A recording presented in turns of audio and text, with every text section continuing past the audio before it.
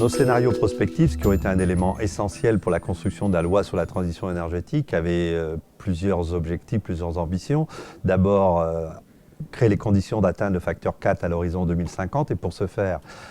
agir sur un rééquilibrage du mix énergétique avec un développement massif des énergies renouvelables. Évidemment, réduire très significativement la consommation d'énergie, 50% de réduction d'énergie en 2050 avec une priorité qui doit être donnée au bâtiment. Vous savez que le bâtiment, c'est 44% de la consommation énergétique de notre pays. Et donc,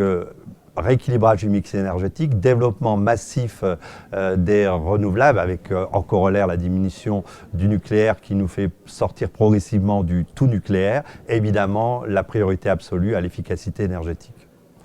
Et donc on peut se réjouir que les scénarios de l'ADEME qui ont été centrales dans le débat qui a précédé la loi de transition énergétique sont venus des éléments de référence contenus dans l'article 1er de cette loi qui va être bientôt adoptée, je pense, dans les prochaines semaines.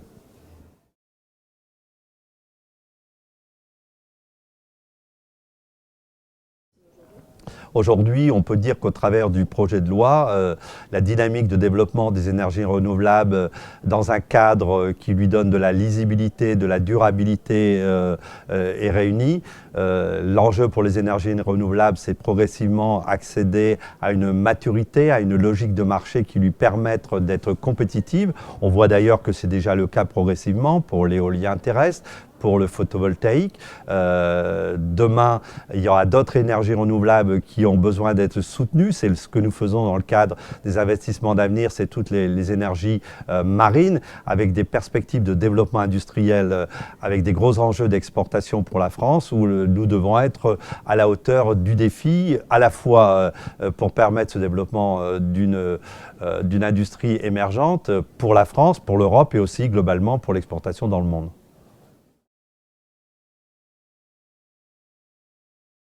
Alors évidemment, la COP21 organisée à Paris, c'est un challenge considérable, mais donc on doit être à la hauteur des enjeux climatiques. Pour la lutte contre le réchauffement climatique,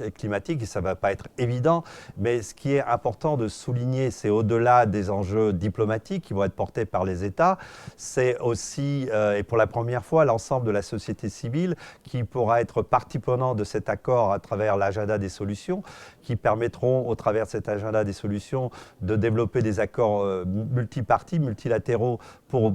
séquencer un certain nombre d'objectifs pour arriver vers ces fameux objectifs de réduction, de diminution de 2 degrés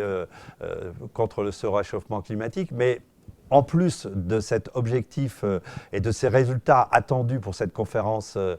COP21, ça doit être une formidable opportunité de mobilisation de l'ensemble des acteurs de la société civile, qu'il s'agisse des entreprises, petites ou grandes, qu'il s'agisse des collectivités, de la petite commune, mais aussi des grandes régions, qu'il s'agisse des ONG, pour se situer dans cette dynamique d'accélération de la transition énergétique et écologique. Et en fait, on peut rêver, et d'ailleurs on sent qu'il y a une forte mobilisation de l'ensemble de ces acteurs de la société civile existe pour montrer que la France n'a pas simplement un discours, n'a pas simplement des objectifs, mais elle est déjà en transition énergétique, démontrée par l'action, par la preuve sur le terrain qu'au-delà des objectifs ambitieux, il y a une possibilité de concrétisation parce que c'est déjà la réalité sur le terrain. Donc la démonstration par la preuve, par l'action, et quelque part une mobilisation de l'ensemble de cette société civile pour être une sorte de fluide positif pour aider nos négociateurs français à faire que COP21 débouche sur des résultats concrets et ambitieux.